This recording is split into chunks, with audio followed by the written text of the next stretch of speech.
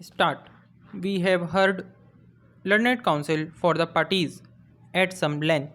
It is true that the trial court had, while discharging the accused persons under the special act mentioned above, made certain observations about the alleged misuse of the provisions of the said act by unscrupulous elements and also certain suggestions for remedying that situation.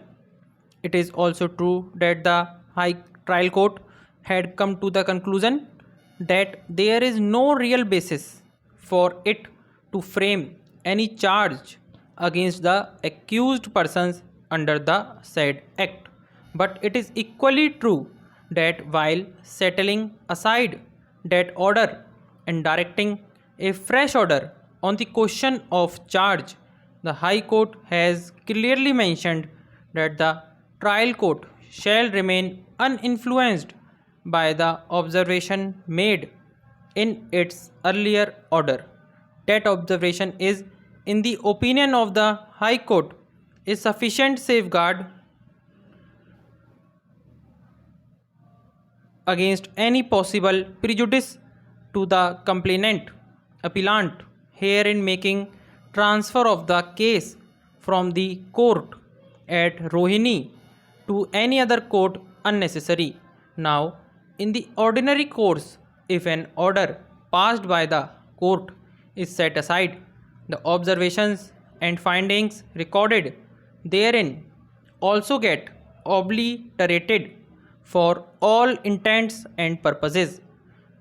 So, also, if the High Court makes the position clear that any such observation shall not influence the court concerned while making a fresh order, the same should ordinarily put the matter beyond the pale of any controversy.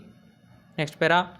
Having said that, there may still be situations where the nature of the observations made by the court concerned create a reasonable apprehension in the mind of the litigant that the court has so committed itself to a given approach or thought process that it may not be possible for it to retrace its steps to take a fair and non-partisan view in the matter. The present appears to be one such case where, despite the safeguards provided by the High Court's observations, the apprehension of the complainant continues to subsist. We do not think that such apprehension is wholly misconceived, nor can it be dubbed as forum shopping in disguise. The earlier order passed by the trial court is so strongly worded that it could, in all likelihood, give rise to a reasonable apprehension in the mind of the complainant, which cannot be lightly brushed aside.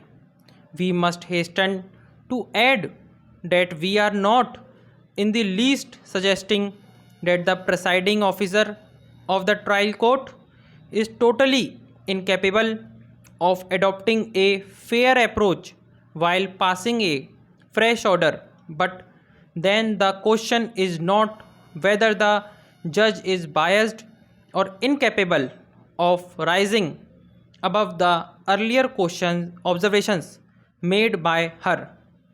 The question is whether the apprehension of the complainant is reasonable for us to direct a transfer. Justice must not only be done but must seem to have been done. A lurking suspicion in the mind of the complainant will leave him with a brooding sense of having suffered injustice, not because he had no case but because the presiding officer had a preconceived notion about it. Stop.